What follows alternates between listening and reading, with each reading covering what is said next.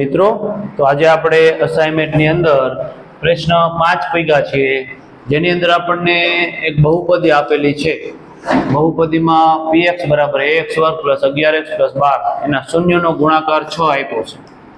તો શૂન્યનો ગુણાકાર આપ્યો હોય જેને આપણે આલ્ફા ગુણ્યા બીટા કહીએ છીએ, એની કિંમત 6 છે. અને એનું સૂત્ર કાયદેસર તમે જુઓ તો c ના છેદમાં a બરાબર 6 થાય છે. ઓકે, હવે આપણે a એટલે પહેલા પદનો સહગુણક શોધવાનો છે અને આલ્ફા પ્લસ બીટા શોધવાનો છે, શૂન્યનો સરવાળો. ઓકે, તો હવે આપણે જે c ના છેદમાં a છે આપણી પાસે, એની અંદર a c અને a આપણી પાસે આ 12 છે જે અચળ પદ છે. અચળ પદ એની કિંમત, આની જે કિંમત છે આને c કહેવાય, આની કિંમત છે આને b કહેવાય, આની કિંમત છે એ તો એ આપેલો જ છે. તો c બરાબર આપણી પાસે 12 છે, છેદમાં a બરાબર 6. હવે આ 6 છેદમાં આવશે ને એ અંશમાં જશે, તો 12 ના છેદમાં 6 બરાબર a આવશે. એનો ભાગાકાર કરીએ તો 6 દૂને 12, તો a બરાબર આપણને 2 મળશે. તો a એટલે પહેલા પદનો અગ્ર સહગુણક મળી ગયો. હવે એનો શૂન્યનો સરવાળો જોઈએ છીએ.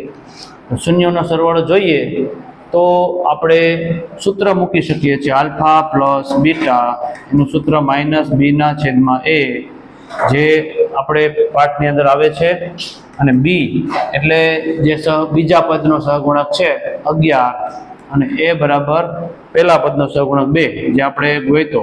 તો આલ્ફા પ્લસ બીટા બરાબર માઇનસ 11 ના છેદમાં 2 ની કિંમત આવે છે એ બરાબર પહેલા પદનો સહગુણક 2 મળે છે.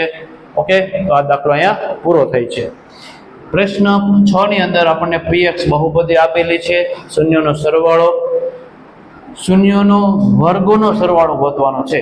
તો આપણે સૌથી પહેલા એના શૂન્યો જે છે એની કિંમત શોધવી પડશે. 3x નો સ્ક્વેર માઇનસ 10x પ્લસ 7 બરાબર 0. હવે અહીંયા 3 છે ને અહીંયા 7 છે, તો પહેલા પદનો સહગુણક અને છેલ્લું અચળ પદ એનો ગુણાકાર કરીશું. 7 તેરી 21, 21 ના 2 ભાગ કરવાના છે કે જેનો સરવાળો 10 આવે.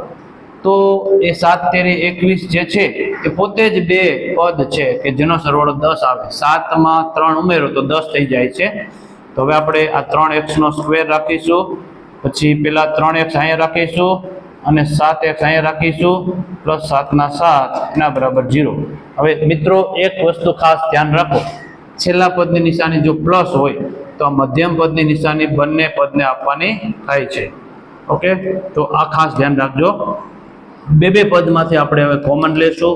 3x વર્ગ માઇનસ 3x આપ્યા છે, તો આમાંથી કોમન કાઢો તો 3x કોમન આવે છે, તો અહીં x વધે છે અને માઇનસ આ 3x બહાર જતા રહ્યા છે, અહીંયા 1 વધે છે.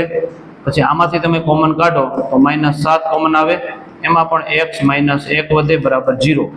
x માઇનસ 1 x માઇનસ 1 બે બાજુ છે એને ફરીથી કોમન કાઢીએ તો x માઇનસ 1 અને 3x માઇનસ 7 આવે, 3x માઇનસ 7 એના બરાબર 0.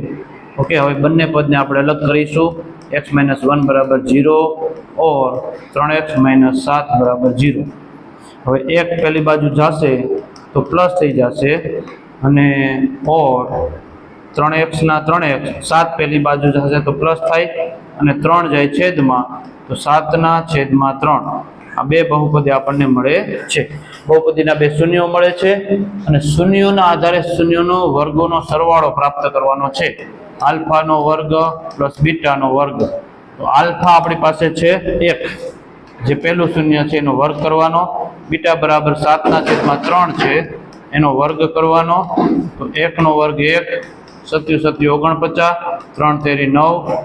હવે આપણે આનો લસા લેવાનો છે. આના છેદમાં 1 હોય, 9 એકા 9, 9 એકા 9, પ્લસના પ્લસ ને 49 એકા 49. આપણે લસા લઈએ છીએ. 49 માં 9 ઉમેરીએ તો 9 દુ 18, 1 4 1 5 58 ના છેદમાં 9 મળે છે, જે આ વર્ગોનો સરવાળો મળે છે.